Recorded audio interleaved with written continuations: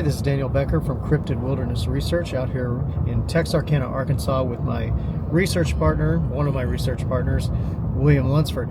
And William, I wanted to ask you, when is the first time you ever heard about the Fouke Monster? The first time I ever heard about the Fouke Monster was back when I was in the 7th grade. That was back in 1971 when a series of events began to happen almost concurrently, where there was a creature that was described as being about 7 foot and about 350 pounds that was trying to get into some people's homes.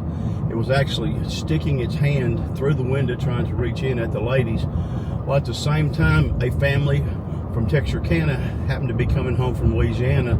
The thing ran in front of their vehicle, and it seemed like it was all beginning to happen together.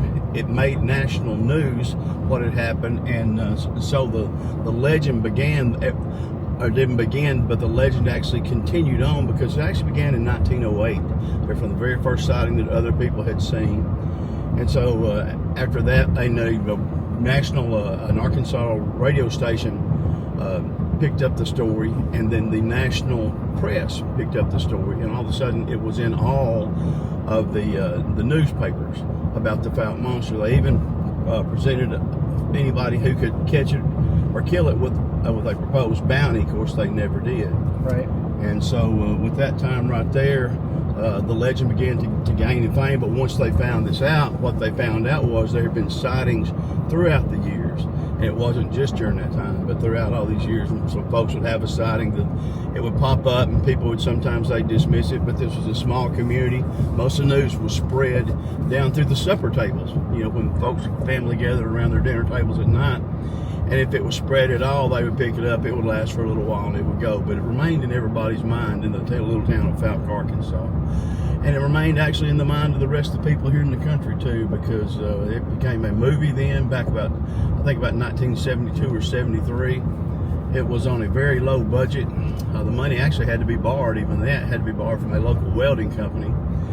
And whenever it did, it became a national bestseller there, because every drive-in that you went through, for those who don't know what a drive-in is, they would have a big movie screen out built in the middle of the field, and they would have these audio boxes that you would put into your window, and it would broadcast the audio of the movie while it was sitting there playing in front of you. Every drive-in that you went past had the Legend of Boggy Creek playing through it, and it became a cult classic.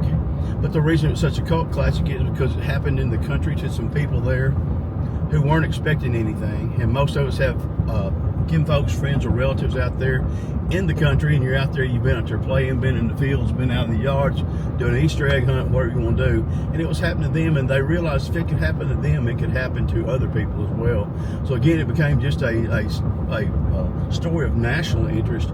But the thing that makes it still interesting today is the sightings are still going on. This is 2024, and the sightings are still going on. The happenings are still going on.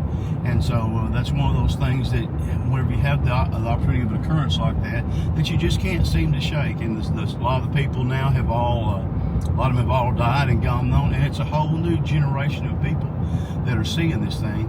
And I got to speak with the sheriff not long ago, who was the sheriff at that time. He said what really shook him up was knowing that there had to be something to it, was because a lot of these people were not from this area. They'd never heard of the Fouke Monster, and yet they were calling the sheriff's office and reporting sightings. And so again, that began to build the reputation and the legend of the creature going on. And I myself have seen the creature. I saw one in 1971, and actually again saw one in 1985, and I became obsessed with learning more about this creature, not just because of the intrigue, but because the places I had seen it was a place where I'd been all my life, where I'd hunted and fished, and with my dad and my friends, and to realize that it was there and we were sharing the same territory, that I needed to find out something about it. So again, I have, like I said, I've seen the creature or his kinfolks at least 7 times. I've never really counted, because I do go to other parts of the country now and have witnessed Bigfoot as being a totally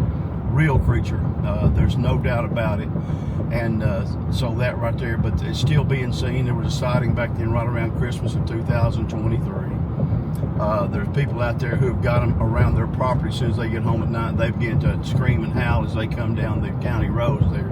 So it's a very, very still intriguing phenomenon that goes on. And the creature has not died. There's also a breeding population of them. If the original creature has died, then his kinfolk have taken over, and so there's a breeding population. We find babies all the time. I get their pictures. We see appears to be, based on the footprints and the size, appear to be males and females. So again, it's something that really that I enjoy doing. Other people have come down there, and they tend to call me. I get about 2 calls a week from people who are having some kind of sighting or some kind of encounters that are happening, and I appreciate them sharing that with me. I get to go check a lot of them, and whenever I do, I find some of the same things today that were happening 50 years ago, in 1971, when the creature first became a public phenomenon. Wow, that is something else. All right, we'll have more with my research partner, William Lunsford, so stay tuned.